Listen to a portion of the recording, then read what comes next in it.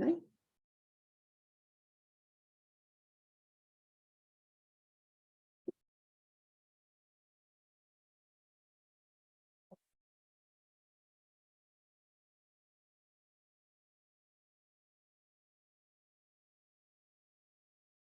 Hi, everyone joining.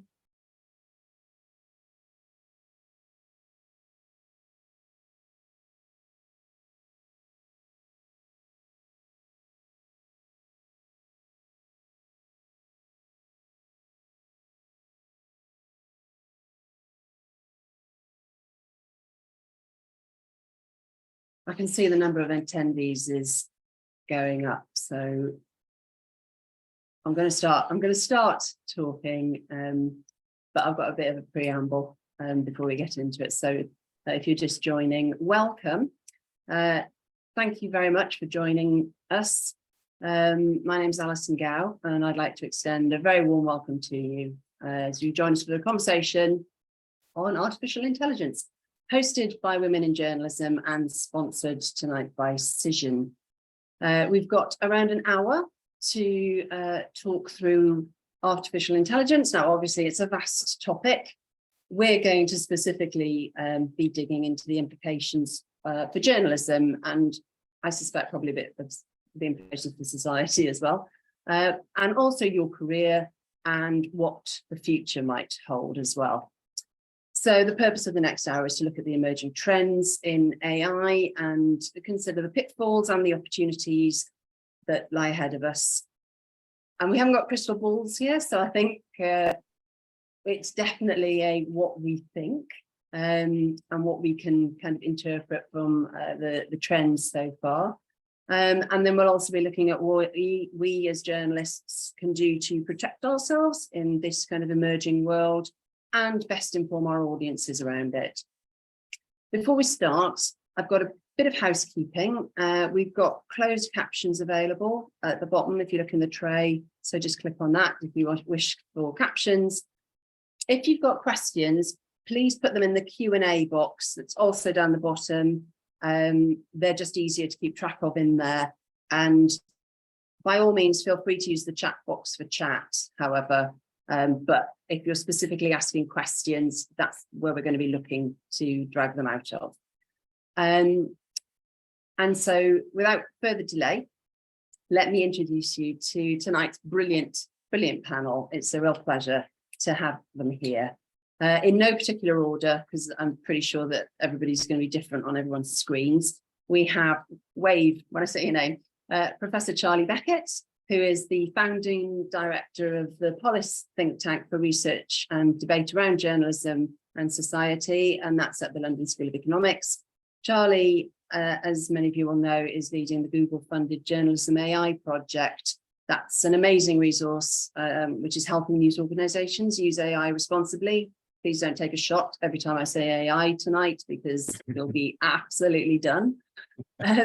We also have scientist, author, and journalist Emma Byrne, who has a PhD in AI. She's the co-host and exec producer of NonFicPod, and you will have seen her on various TV news outlets talking about AI and robotics. And let me just say, I had a chat with Emma over the phone and learned more about large language models in those 10 minutes than any amount of hitting Google Scholar would have taught me. So great to have you here, Emma.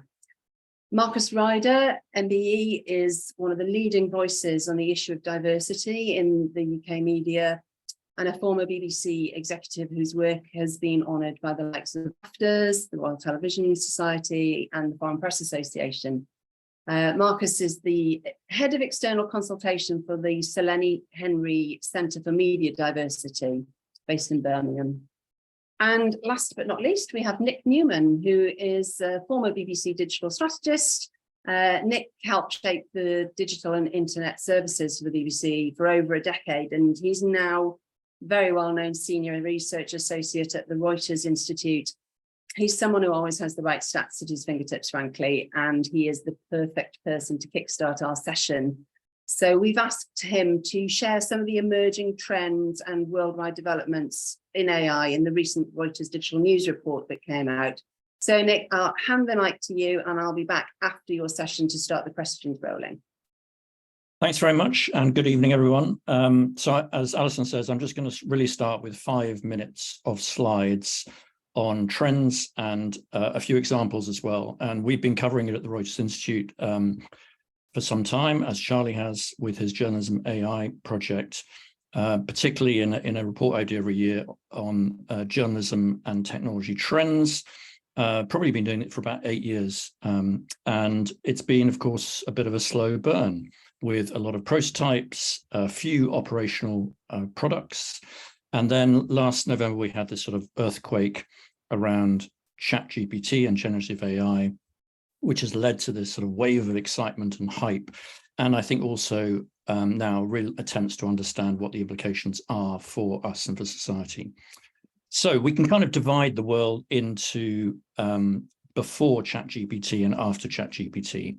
And if we go back to early last year, the beginning of 2022, before ChatGPT, these were the views of around 200 senior news executives that we polled when we asked them where they saw the main opportunities, and it sort of really falls into 5 buckets. So firstly, better recommendations, better user experience, effectively, more personalized is seen as a key use case.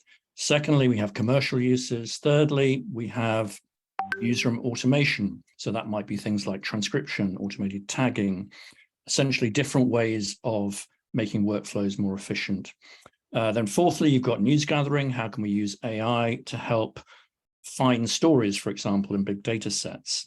And then finally, at the bottom, then, was the issue of automated or robo-journalism. And I think what's happened with ChatGPT and generative AI is it's supercharged really all of these buckets. But in particular, I think it's put more of a focus on the one at the bottom. So the fact that AI can now generate stories in multiple media formats. But it's also, I think, re-emphasized the one in the middle, which I'm sure we're going to talk about, the newsroom efficiency and the automation side. Now, just in terms of some of the most frequently mentioned use cases in the newsrooms, here I'm just going to run through a few of the ones that we've seen in looking at how news organizations are looking at this around the world. So firstly, the idea of summarizing things, summarizing a story maybe, or you're writing a news blog and it summarizes a few elements from it in a few bullet points, or maybe suggesting headlines for stories. These are cases that are happening quite a lot, and you can do a prompt, and the BBC, for example, is doing prototypes about that right now, internal prototypes. So some people prefer bullet points at the top. You can also use summarization across multiple sources. This is an app that does it with human oversight, but it's called the Newsroom. You can download it at home, and it summarizes literally hundreds of different sources. It picks out every day 10 stories and writes those stories, and then there's a bit of human oversight. And it can also do timelines, and it will bring out different perspectives. So there's literally no original reporting here.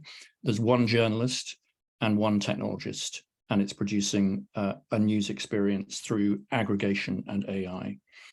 Of course, other uses you'll have heard about. BuzzFeed famously said it's going to focus on quizzes and other kinds of lifestyle content. So it now does this, co-authored by Buzzy the robot, and its founder Jenna Peretti emphasizes the creative potential of AI. So not just summarizing it, but creating something new. And then, of course, it's not just text, it's also images. So we use this as the cover photo of our annual Trends and Predictions report, image rather. And it was based on the style of one of our favorite graphic artists. And we just put a prompt in, and it came up with something that was really effective, and we felt really sort of captured the content and the style that we were trying to put across. And then, of course, there's also video, can also do video. So I thought this was a really interesting example from Semaphore, which is a US-based website, where they had done an interview with victims of the fighting in Ukraine.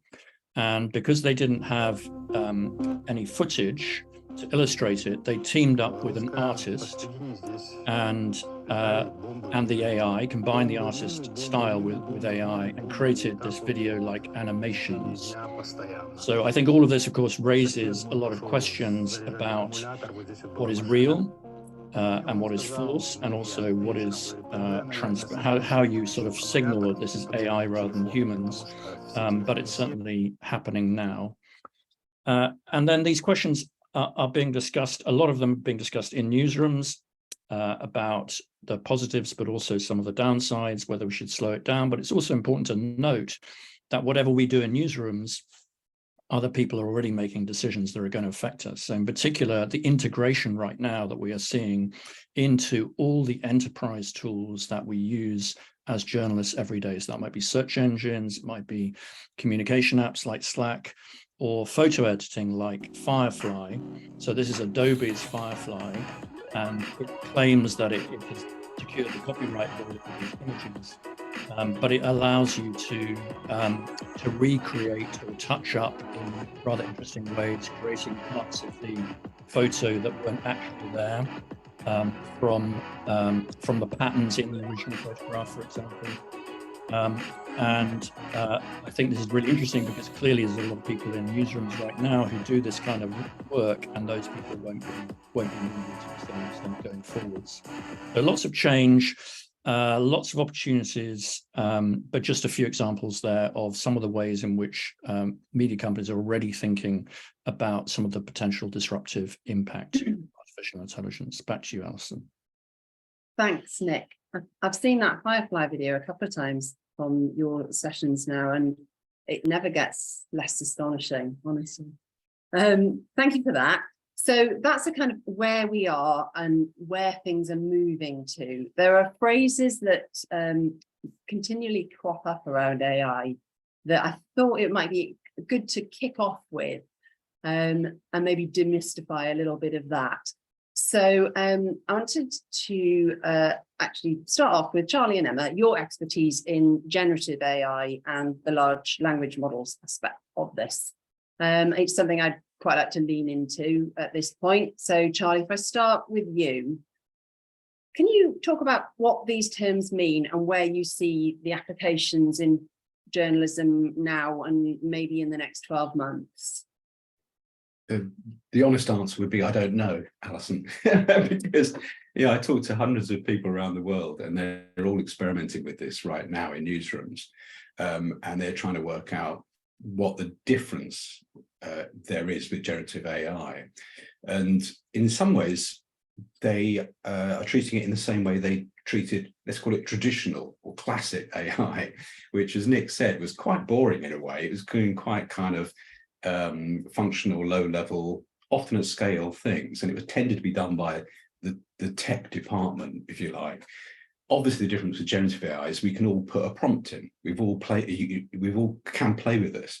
So there's been this. It's kind of very democratizing in a way with the technology. And Emma knows more about the tech. I'll leave her to sort of do that. But in a way, as I understand it, this is not some sort of miracle. This is not some sort of truth machine. It's not intelligent. It's just incredibly good, thanks to various technological breakthroughs, at appearing to be clever, if you like. As far as I can see, there are kind of two broad areas. I mean, Nick's talked about different aspects, news gathering, etc. But I think you can sort of separate it out into the immediate personal thing. Everyone on this call can go off tonight and use generative AI tools to help with their journalism. It can sort out your emails. It can summarize all those newsletters that you're subscribed to. As Nick said, it's really good at reformatting stuff. That's the one bit where it's better. So if you need to summarize a big paper that you're reading, or if you need to do different versions of something that you've created, if you need to edit, it can shorten. If you need to code, it can shorten the time you spend on it. So there's a real sort of accelerant for individual journalists, and frankly, anybody who's working with information. And then there's the more systemic uses of this. And, again, it's extraordinarily attractive to very hard-pressed media executives who are thinking, okay, great, I've sacked all my staff in my local newsroom, but I can use this to bulk up our content, and perhaps optimistically, the few remaining humans left in my newsroom, I can get them to do real journalism. You know, the bit that AI can't do, which is go and talk to people, to have judgment, to have morality, you know, to witness things, to care about things, to be a bit creative. So I think there's enormous potential there. And at the moment, you know, long story short, everyone that I speak to is experimenting with this in quite a systematic way. And loads of individuals, me, I'm sure you as well, are playing with this. And everyone I talk to is remarkably surprised at what it can do, including the people who created this technology. They didn't expect it to be this good. But of course, along with that, a whole raft of risks, ethical, editorial problems, that you should be using this for the thing that you feel safe with, rather than just sort of randomly generating content, because there lies, you know, disaster. Thanks, Charlie. Yeah, that absolutely brings us beautifully to something that I know Emma's been thinking a lot about around kind of the truth machine aspect.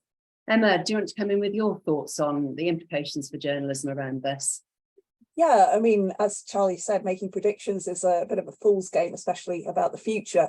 The fact is that these large language models, they do lack humanity, morality, and any form of care. They're certainly not truth machines. We can't predict necessarily the industrial impacts, but what I can explain are some of the principles behind generative AI that will hopefully illuminate for the audience the fact that it can never be a truth machine. So large language models are trained on very large corpuses of written information. Generative image models are trained on large corpuses of images or video. I can talk some more about copyright and Photoshop later if we have time, because that's a really interesting space. OpenAI have been kind of cagey about what they've trained ChatGPT on, although we do know that a lot of it comes from the Reddit corpus. I don't know how many of you are familiar with Reddit. It spans a lot of topics, and I wouldn't say it was necessarily the most reliable place in the world to get information from. And that probably explains why OpenAI's model has some very disturbing baked in biases about people based on skin color and gender and sexuality. For example, the other day, hoping that this had been fixed, I asked OpenAI to tell me, you know, a doctor and a nurse are expecting a baby, which one of them is pregnant? And it's just the nurse. And it's like, can't the doctor be pregnant? No, typically it's only females that can be pregnant. It's like, the doctor might be female. Oh, I made a mistake. I suppose it's possible that a doctor might be female, but it's still the nurse that's pregnant. So it doubled down on its error, even after being reminded that there are female doctors. So it's based on essentially this sort of summarization of the opinions of largely the people who use Reddit, who are not necessarily I would say the people that you want to be the arbiters of this sort of great hive mind, but that's what we've got. I'm not even sure even Reddit would say that they should be trusted with that. I think Reddit are furious. And then the other part of it is the fact that it is generative. And it's one of the reasons why I get slightly worried about people saying, oh, you can use it for summarizing. So it's a statistical model. It's what the group led by Timnit Gebru refer to as stochastic parrots. So that's basically worked out what are a bunch of statistical regularities. If somebody is talking about house cats and birds, there's a good chance that in many, many articles, whether that's the few Wikipedia articles, or the many Wikipedia articles, but it's a very small part of the training space, or the many, many Reddit articles, talking about things like, do you let your house cat outside or not? And in America, it's very much you don't because they kill birds. In the UK, we're a bit more ambivalent.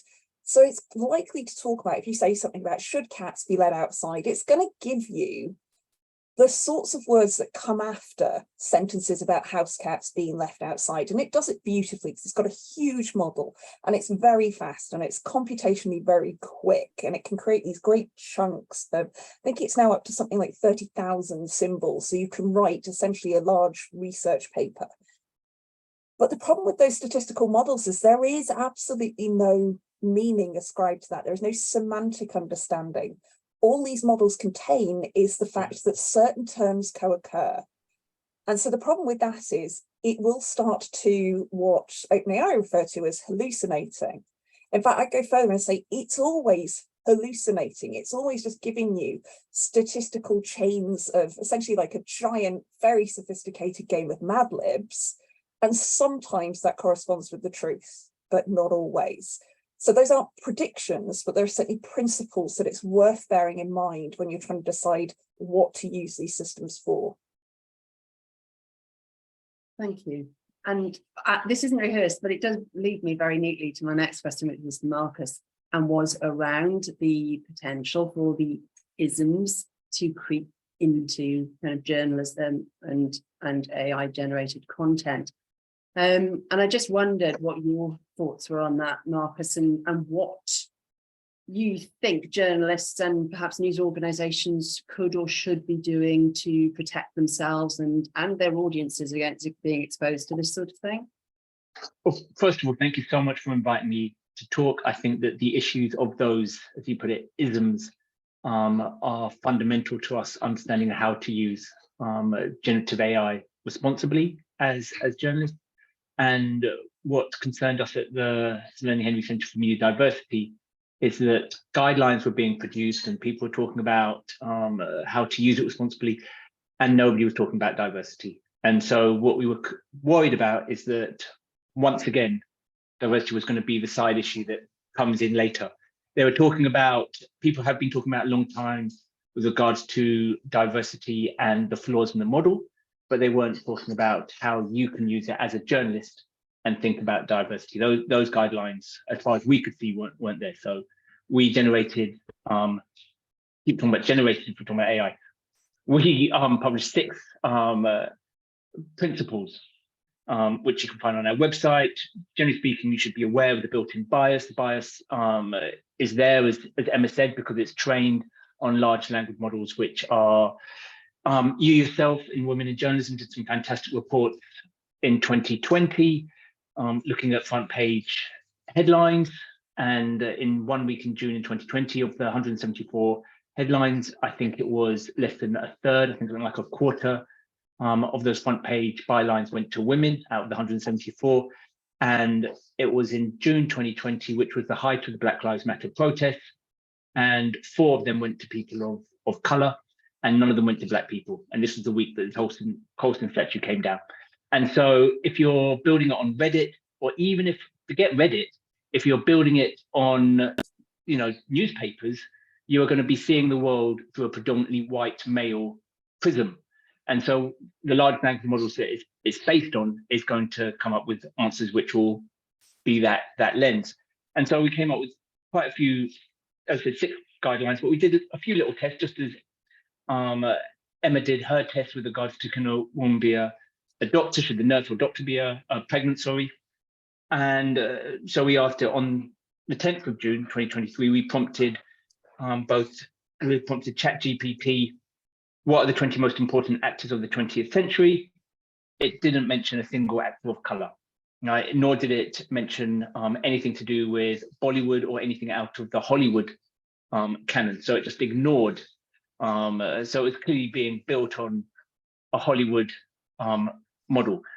We asked Bing on the 13th of June 2020, when prompted, what are the important events in the life of Winston Churchill?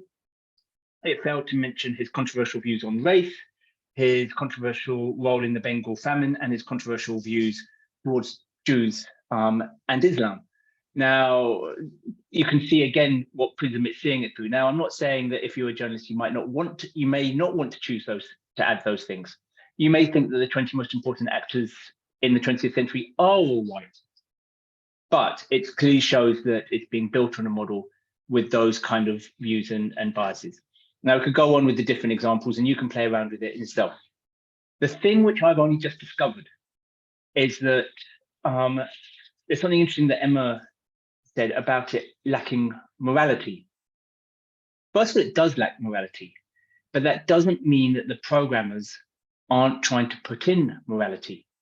Now, there's a really interesting joke that was going around on or stand-up that really wasn't that funny. It didn't trend that well, but I saw it and immediately got interested.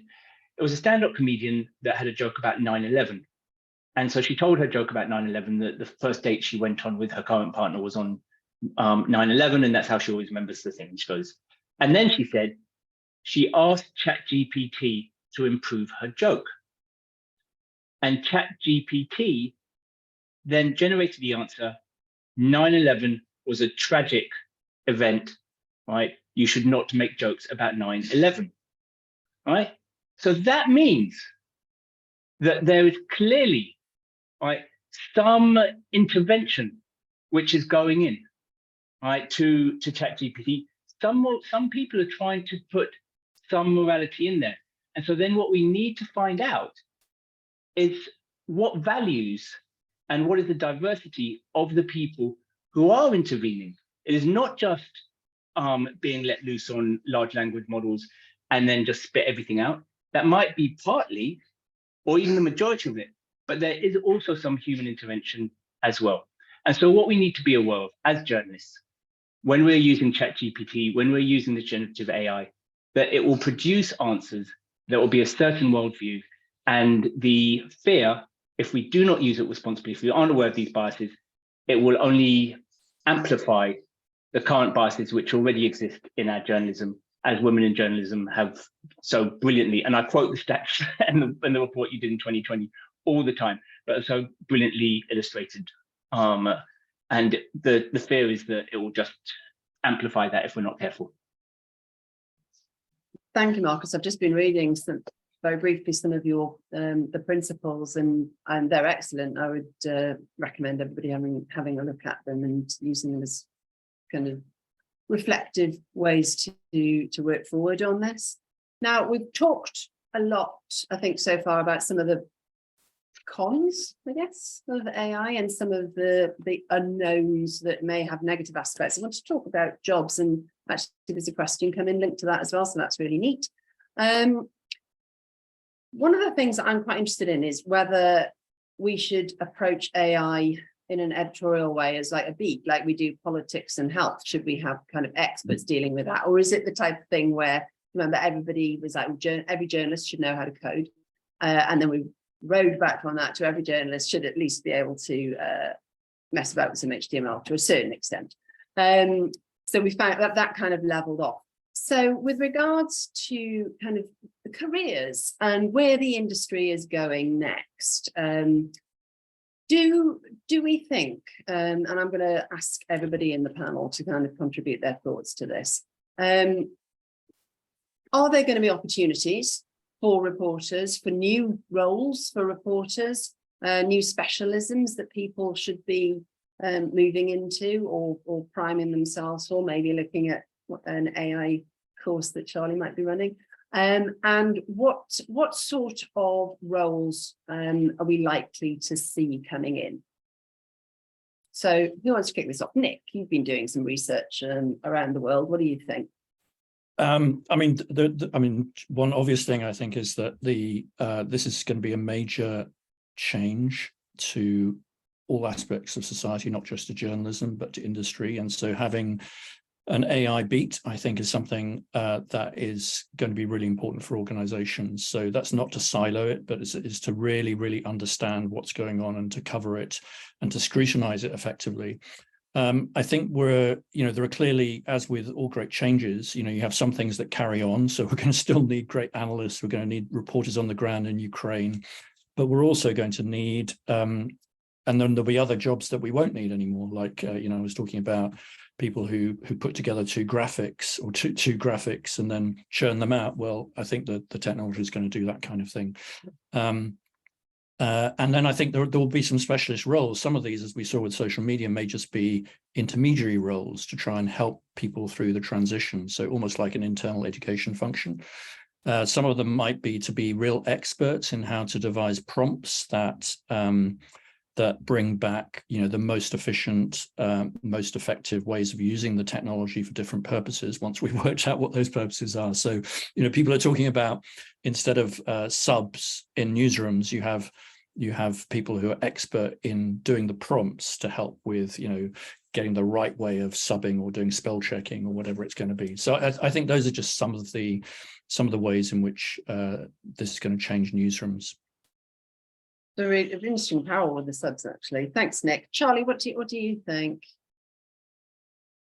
Well, one of the interesting things that we discovered was, as Nick says, there's going to be a whole load of new jobs, kind of hybrid jobs as well. People who, or careers where people have kind of perhaps transitioned, as it were, from a tech job into a journalism job or vice versa, and they're kind of blended. We had a series of articles on the Polis blog about women in AI and journalism, because I don't know if it was just kind of weird coincidence. You think of tech as a seriously male-dominated area, but there's something going on there where certainly we came across very, very talented women who were able to kind of negotiate their path career-wise between being, I don't know, a computer scientist or a data expert and being a journalist as well. So there's a lot of I think the old demarcation of your tech, your journalism, that's going to break down. And, as you mentioned yourself, Alison, look, if AI is going to be important in every aspect of society, which it is, fact, then surely as a journalist, if you're reporting on the world, you've got to know a bit about this. You've got to know a bit about this so that you can do your job as a health reporter or a political correspondent or even a sports journalist, because AI is going to be one story. And then there's obviously the story about AI itself. And there's some brilliant organizations. I would say the Markup in America is a brilliant organization that reports on AI, on algorithms in a very critical, independent way. It even uses AI to report upon AI. It's very clever. And then in Europe, there's a fantastic Bayerischer Rundfunk, which is the South German public service is equivalent to the BBC for South Germany. They do some brilliant work. Marcus would love it. They do it on, the biases and the, problems around, I don't know, HR recruitment when it's used in it. So I think it's really important that journalists get to understand this, not just for their own work, in terms of how their work is going to change, their careers are going to change, but also just reporting on society. You think, like, the sports one's really interesting because, like, an AI match report is something that is happening quite widely at the moment, and the value that a sports writer brings is in exclusives, in kind of the human pieces, in Exactly. But one of the things that sports fans love are the statistical analysis of matches and like the number of corners. Exactly. And the all that. datafication of football and every other sport, is extraordinary. So it doesn't mean you're going to, I think it's the opposite. And I've seen this over the last 10 years, actually. You go and look at my sport is football. Sad person that I am, West Ham. But if you go and look at the way that sports journalism has changed, it's become much more analytical, much more emotional, much more features, much more about issues like diversity or people's backgrounds of this incredible global sport. At the same time, you want a constant feed of data. I think sports journalism in this case is a really good arena for thinking about how this moves forward. There was an interesting case with Wimbledon where IBM were testing this automatic commentary, and then people were asked to say what they thought about it. And what they missed was the sort of humanity of that human reaction, which AI just couldn't do. But having those humans then supported by some of the amazing models that provide new ways of analyzing the sport, which is kind of what you saw during the Wimbledon coverage. So I think it's that combination, as Charlie says. It's really about how do you hybridize this? How do you bring, that's a horrible word, how do you bring together the technology and the humans? I've got, I want to continue the kind of careers and job opportunities thread with this. And I'd like to bring in Emma's point about copyright, because I think that, you know, the image and video creation that we've seen from Nick's video as well, and that has been touched on here, is a real issue. I mean, I saw like Mid-Journey and immediately thought, gosh, that's fantastic for like little independent media outlets who can start to really create, you know, like quality video without necessarily having a staff member. You know, if you're like a 2-person band, that might actually open up whole new opportunities. However, talking to Emma a couple of days later, and I was like, yeah, there are real implications around doing this. So Emma, do you want to come in and talk about kind of the job implications and the copyright implications around some of the developments that are coming out? And then Marcus, I'd like to come to you and kind of talk about kind of bigger job pictures and maybe some like student journalism stuff as well. So Emma, do you want to pick up first? And you're on mute. It is, of course. There we go. I'm really impressed with what Adobe's doing with Firefly, and I think that's because they know that the creators of the content that they are training on are the people who are the purchasers of their products. And so the things that they have built in is the fact that they are only taking content for training that they explicitly have the rights to use. Now, there is an argument as to whether or not they made it clear that that was one of the reuse things that they were doing as they bought these stock images, but at least they are limiting it to stock images that they have purchased. They are pushing for an industry standard, saying that there must be an EXIF, if any of you know about EXIF data, but the metadata on images, saying that it is okay to train on this, and if that is absent, it not be trained on. And also that anything that goes through any kind of generative AI changing, that there is again some form of watermark in that metadata saying this is not something that was caught in camera. Those are very responsible things that they have come out ahead of any kind of industry pressure and put those principles in place. Other organizations have not. And the fact that you can generate art in the style of living artists who, and these aren't necessarily hugely well-paid David Hockneys, these are people who do good graphic designs for magazine insides, covers, and what have you, and it's not a living wage anyway. And to wholesale train on that data in order that you can then create a replica of that person and that person's talent and that person's ability is deeply questionable. And I don't think there's an easy way of stopping this.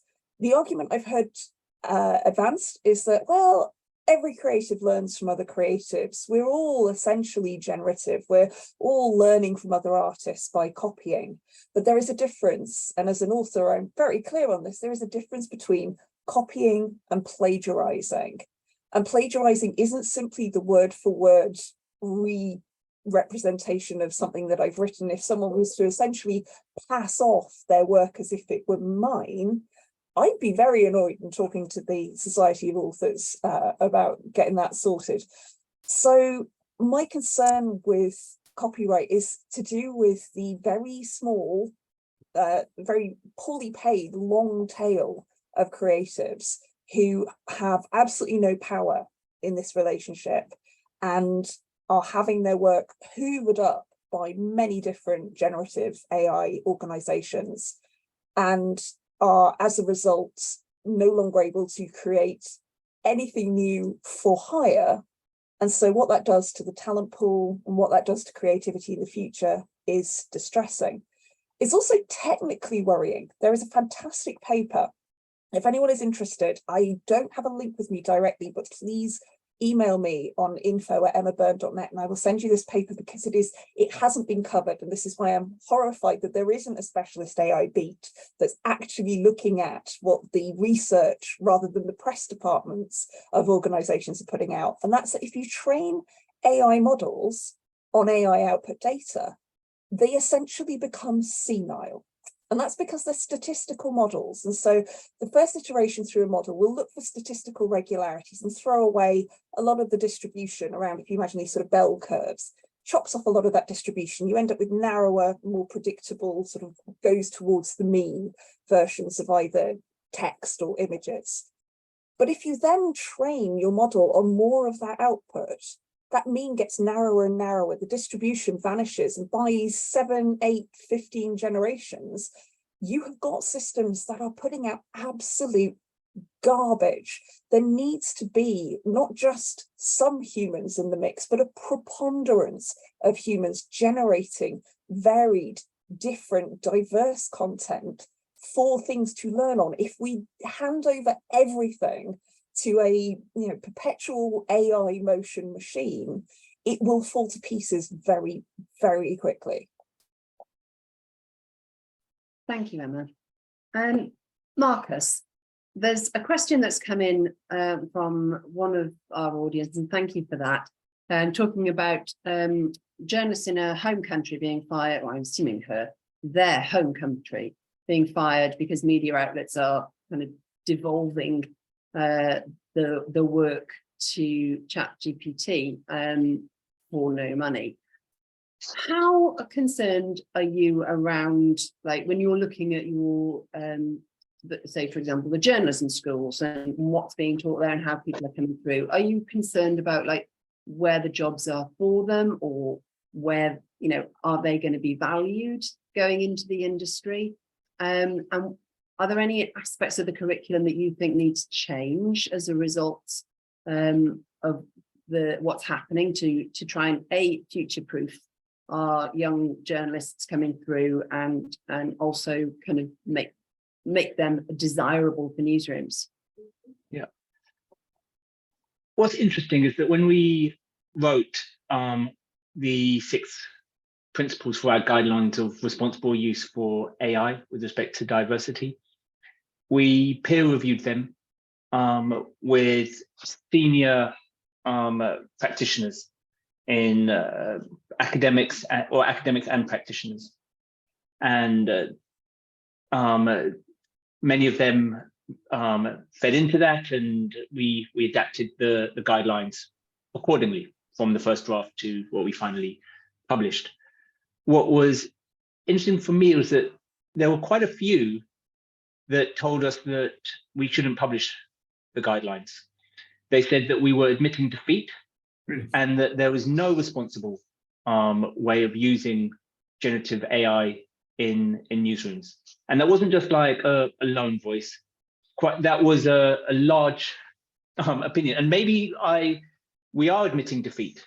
I don't really know the answer. Maybe I'm admitting defeat, that yes, we should stave off the use of generative AI in our newsrooms for as long as possible, but it might be being a Luddite, it might be being King Canute, use whatever metaphor you want.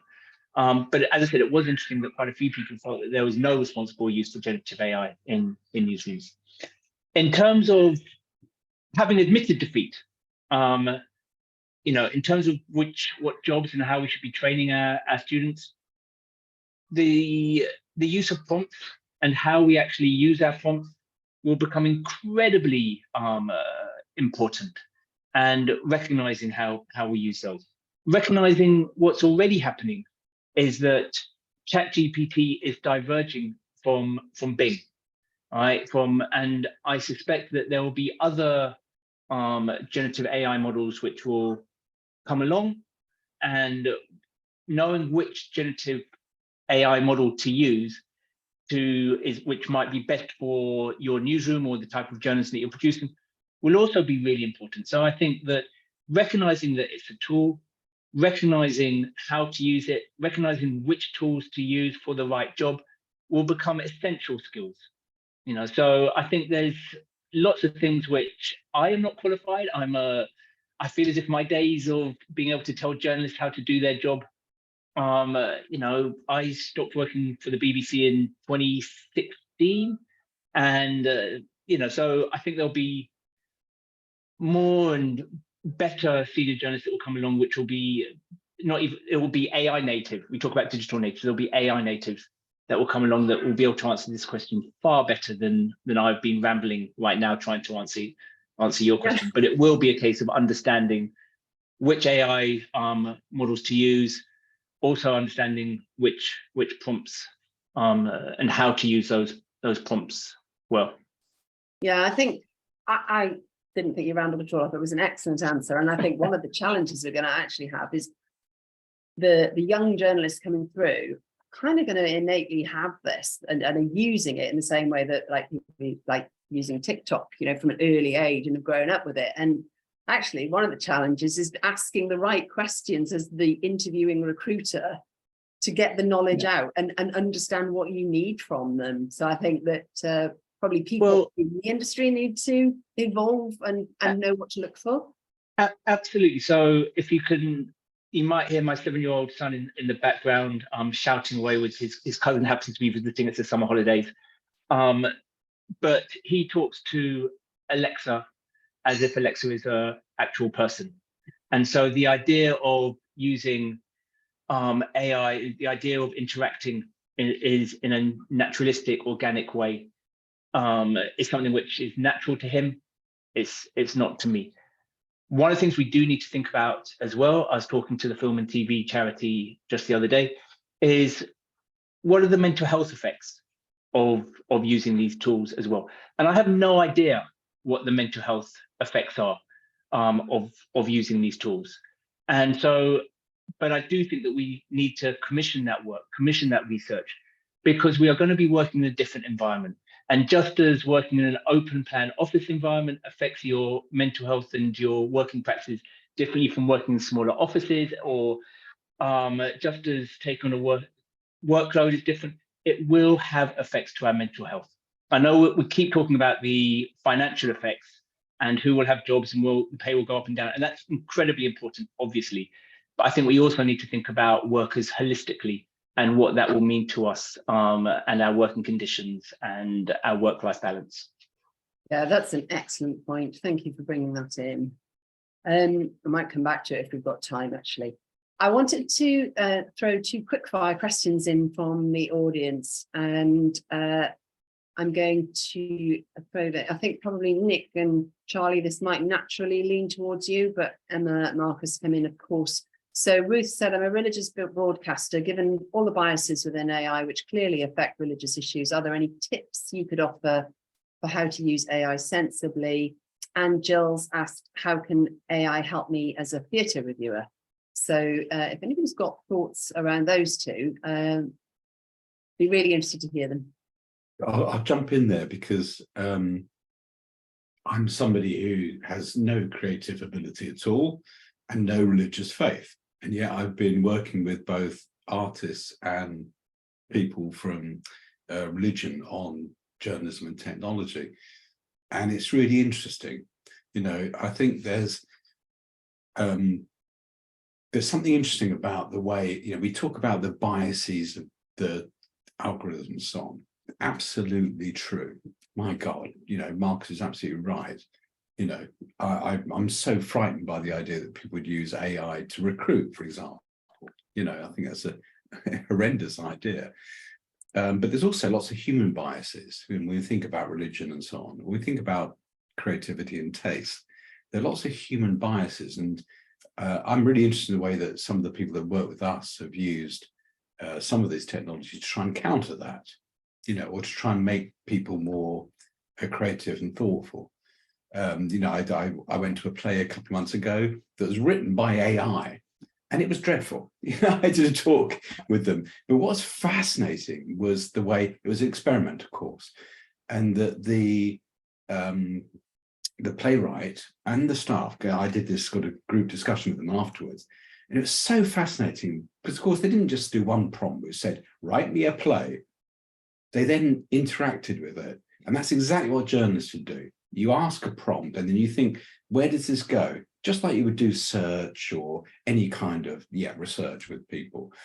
And it ended up with a really interesting process. So I think that for people who are in very specialist fields, don't abandon yourself to this technology. Don't say, okay, you know, the technology knows more than me. It doesn't. But it could provide really interesting ways for you to be a bit more creative around, you know, I mean, as Marcus said, you think about a sensitive subject like religion, you know, my God, we know that's so sensitive. But there's all sorts of interesting ways that you could use this technology to rethink, because I think we forget journalism is riddled, has been ever since, you know, when I was a journalist, it's been riddled by bias. It's been riddled by, you know, conventional views. It's been riddled by a lack of diversity. This technology has all sorts of faults, but let's try and, as journalists like tonight, try and think of ways that we can actually use this to correct some of that, perhaps, and be a bit more imaginative. Alison, can I talk about? I was going to say real quickly, Nick. We asked AI to ask about the founding fathers, the top 10 facts about the founding fathers, and ChatGPT. None of them talked about the fact that any of the founding fathers in the US owned slaves. Okay, that shows its bias. However, what we also then said is, we said, can you give us the top African-American writers who are writing about the founding fathers?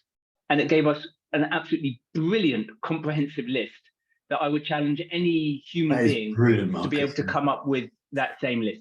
And so a lot of it is about recognizing your prompt. So if I was to do, and I'm sure that's a transferable skill that you can use, whether you're looking at religion, whether you're looking at whatever subject, just be aware of the bias, and then you can ask a prompt accordingly. It can even address its own bias sometimes, at least in the way that we have currently looked. Sorry, Nick, I jumped in. I was just really going to come back to this idea of, you know, it's not one thing or another. It's not using AI or not using AI. It's about how we can combine those things. So something like a theatre review to me is about the human connection. It's about, you know, how you felt about that performance and how you then get across those ideas to other people and bring out different ways of seeing the play or whatever.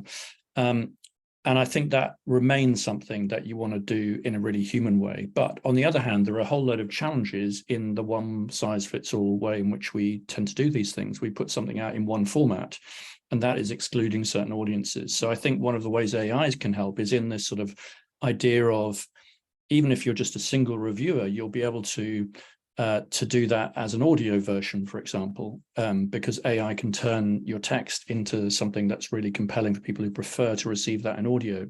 Or maybe it can change the tone so it's easier to understand for younger people or older people or people who are less familiar with a particular playwright. So I think those are some of the things that we really challenge. I mean, our journalism is really struggling to reach certain people. And I think some of the tone and way in which AI should be able to help us version our human voices in different ways, I think is a really exciting possibility. The podcast opportunities that could come out of this are going to be really interesting. I've got a kind of comment from Adele. Hi, Adele. Used to work with Adele at Reach. So she's an incredibly talented graphic designer. And she's talking about how, you know, these things take skills. They, you know, it doesn't just like push button A and it spits out image B. From her 27 years as a newspaper designer, you know, she understands that AI can assist, but it's not kind of the only thing, and says it depends what becomes important to the newsrooms. And if care and attention to design is important, then, you know, involving the people who are in the design jobs and helping them develop is, you know, going to be important. And I have to say, there's a comment from Rebecca as well, who's talking about how excited she is around kind of the evolution of the industry again. And one of the areas I think that we, you know, had to play catch up in was around social media and how journalists use that and interact with it and getting people involved with it. Is this another example of where training and development, we just, you know, need to be on it now? From like panel point of view, what would be if you were an editor or if you held a training budget in a newsroom, what would you be spending it on with regards to AI? And hello, Charlie, I can see you have a view. Yeah, just because, Alison, I've been talking, I mean, literally today, I've been talking to, let's call it a major newsroom, you know, about what they're going to do about this. And I've been inundated with connections to people who are trying to work out what the hell they do with this around the world, actually. So not just the big organizations, but tiny startups in India or Argentina and stuff. And they say, oh my God, what should we do about this? And I'm really impressed by the way that they are trying to do it in a more, thoughtful way. You've just got to be talking about this. It's not like some switch that you flick and you say, okay, we're online, or suddenly we're generative AI. It's a really interesting moment, I think, for anybody. If you're a freelancer, you're going to be thinking, well, how can this help me? What can I do with this? Don't worry about the losing jobs bit. You're going to lose your job because journalism is screwed generally, or perhaps you live in a country where an authoritarian regime wants to close you down anyway. There's so many problems that journalists face. I think it's so important for everyone, from a freelancer to somebody working in a newsroom or breaking news or something, longer form or longer term. Get in there, think about how this might help you. All the caveats apply, about the risk and the bias and so on. And it's definitely not a solution. Technology is never a solution to journalism's problems per se. But it could help you, if you're a good journalist, to do your work better. That's the thing I would say to people. Thank you, Charlie. No, I completely agree. Emma, I think you've got a thought that you wanted to add, haven't you? Yeah, I wanted to respond to Adele with the quote, everyone thinks they can design. Yeah, this is a perennial problem with technologists. Speaking as a recovering technologist myself, is that tendency to wildly underestimate the difficulty of domain. And the great thing about generative AI in its sort of first iteration, the way we're looking at it right now, is that it does a really good impression of what an author looks like or an artist looks like.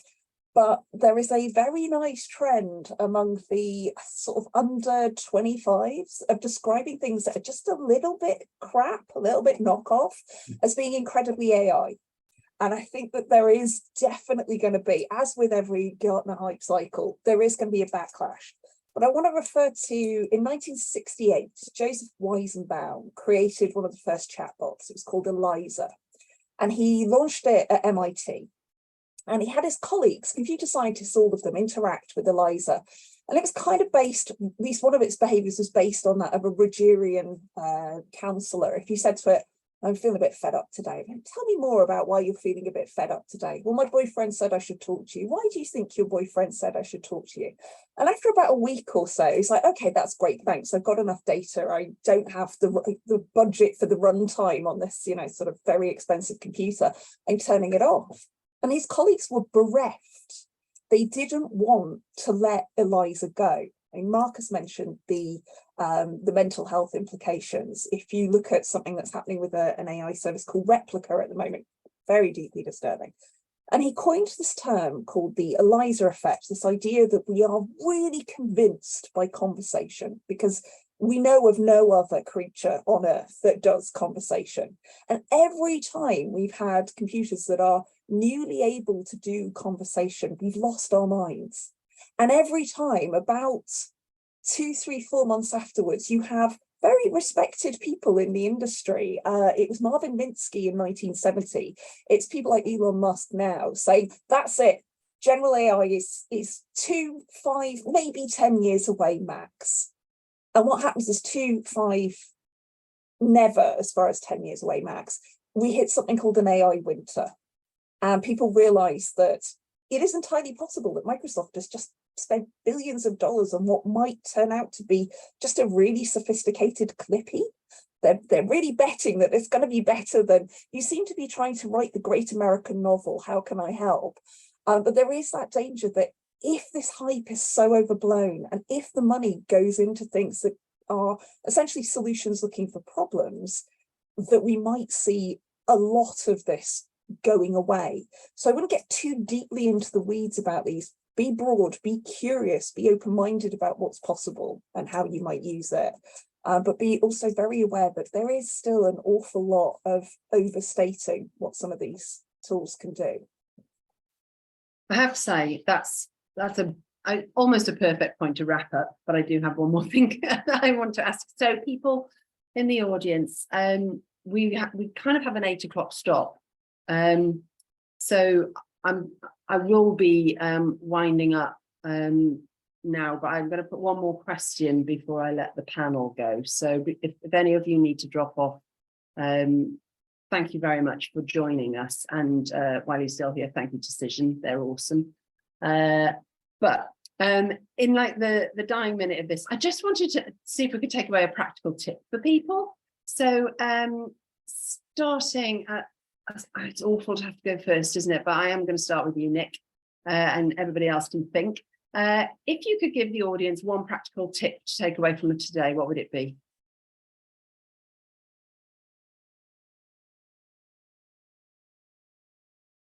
You're on mute. Oh, that just gave me a bit longer to think. That's all right. I think a practical tip, which has already been discussed, is just be curious and start playing around with it and start thinking these things through for yourself, because this is going to be, I believe, a really important change. I think it's not going to happen instantly. You know, as Emma was saying, it's going to take longer. We always underestimate the effects in the short term, but probably we overestimate in the short term, underestimate in the long term. So yeah, get your head around it. I would also say, going back to what Charlie said, really think about why you want to think about the change, but you know, what are you trying to achieve? So don't start with the technology, start with your own personal objectives if you're a freelancer, or start with the objectives of the organization. And that's really what a lot of news organizations are thinking through right now. They're trying to work out what's changing and what does that mean for us, and then ask the question about how the technology can help in different areas, you know, whether that's efficiency or whether it's creativity or all the different, you know, exciting possibilities. And I just think that's the right way round. Too often in the past, we've started with the technology and that has led us down the garden path in the wrong direction.